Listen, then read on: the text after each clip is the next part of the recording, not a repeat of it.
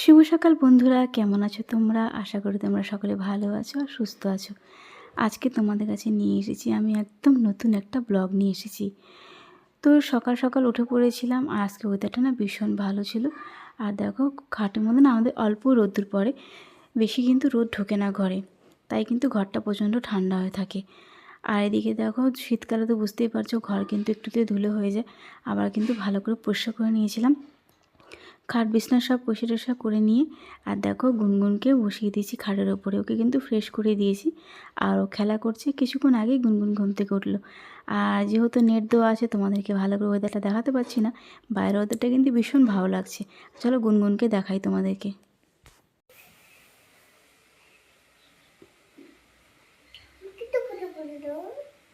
তুমি বলো কিছু।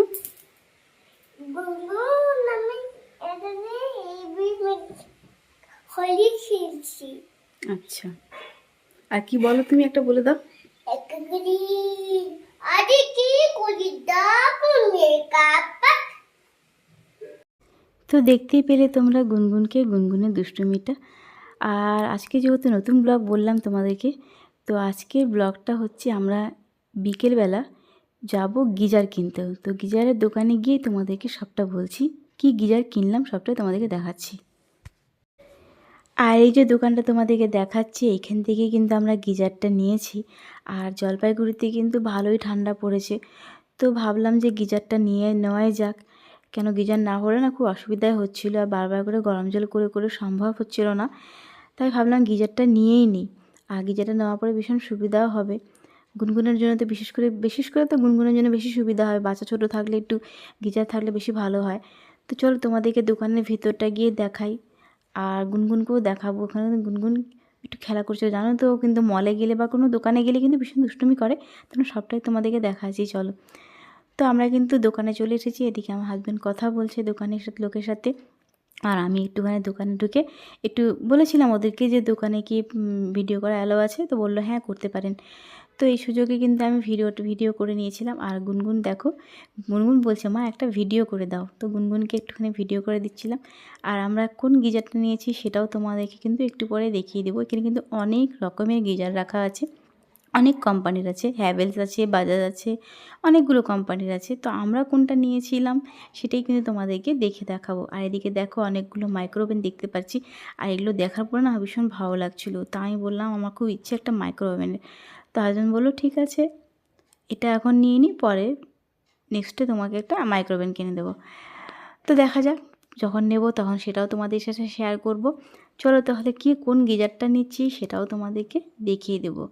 আর গুনগুন তো ভিডিও করলে জানোই দেখানোর জন্য ব্যস্ত হয়ে যায়, দেখার জন্য। আর ও দেখো তোমাদেরকে নিচে দেখাচ্ছে। আর ও কিন্তু টুপি টুপি সব পরিয়ে নিয়ে এসেছিলাম ওকে, ভালো করে জ্যাকেট ট্যাকেটগুলো, কেন এতটাই ঠান্ডা ছিল বাইরে। আর এই যে দেখতে পাচ্ছ গিজারটা, এটা কিন্তু বাজাজ কোম্পানির গিজার, এটাই কিন্তু আমরা নিয়েছি গিজারটা। আর গিজারটা না ভীষণ ভালো, এই মডেলটা খুব ভালো। আর তোমরা নিশ্চয়ই জানতে পারবে যে বাজাজ কোম্পানি ভালো, সেটা তোমরাও ভালো করে জানবে। তো এই কোম্পানির গিজারটি আমরা নিয়েছি, আর এটা কিন্তু 15 লিটারের গিজারটা। আর সব কিছু বলে দিচ্ছিলো আমাদেরকে কিভাবে কি করবেন না করবেন, আর এটা কত দিনের ওয়ারেন্টি সবই কিন্তু আমাদেরকে বলে দিয়েছে। তো যাক, বেশ ভালো লাগলো দেখে, আর গিজারটা আমার কিন্তু পছন্দও হয়েছে, তার জন্য ফাইনালি কিন্তু এটাই ফাইনাল করলাম। আর এখন তো হাজব্যান্ড দাম দর করছে, আর মানে টাকা পয়সা করবে দেবে। আর এই ফাঁকে একটুখানি গুনগুন দেখো খেলাও করছে, আর আমি একটুখানি ভিডিও করছিলাম। তো এখন কিন্তু বাড়িতে কিন্তু লোক চলে এসেছে গিজার লাগানোর জন্য, তার পরের দিনের ভিডিওটা এটা, যেদিন নিয়েছি তার পরের দিনের ভিডিও। আর বাড়িতে লোকও চলে এসছে গিজার লাগাতে। চলো তোমাদেরকে গিজারটা কীভাবে লাগাচ্ছি আর আমরা কোন জায়গায় লাগাচ্ছি সেটাও তোমাদেরকে দেখাবো। আর আমাদের যেহেতু বাথরুমটা একটু মানে ছাদটা নিচু, তাই আমরা ফলস সিলিং যেখানে আছে সেখানে লাগাচ্ছি। ফলস সিলিংয়ে লাগানো হচ্ছে, এটা কিন্তু আমাদের বাথরুমের ছাদের উপরে লাগানো হচ্ছে, যেখানে আমাদের স্টোর রুম আছে। আর স্টোর রুমটা আছে বলেই কিন্তু আমাদের বাথরুমের ছাদটা না একটু নিচু, ওই জন্য আমরা এটা বাথরুমে লাগাতে পারলাম না। লোক এটা কিন্তু এমনি তো গিজার লোকে বাথরুমে লাগায়, তো আমাদের তো বাথরুমে জায়গা নেই, তাই লাগাতে পারছি না। তো দেখে নাও তোমরা আমরা কোথায় লাগাচ্ছি, এটা কিন্তু ফলস সিলিংয়ে লাগানো হচ্ছে গিজারটা। আর এই দাদা দুটো এসেছিলো কোম্পানি থেকে লাগাতে, আর দাদাটা কিন্তু ভীষণই ভালো, ব্যবহারটা খুব ভালো। ওনাদের আর কি। আর বেশ ভালো করে লাগিয়েছিল আর খুব সুন্দর করে আমাদেরকে বুঝিয়েও দিয়েছিল। তো একটু পরে লাগানোও হয়ে যাবে, তারপর তোমাদেরকে জলটাও দেখাবো।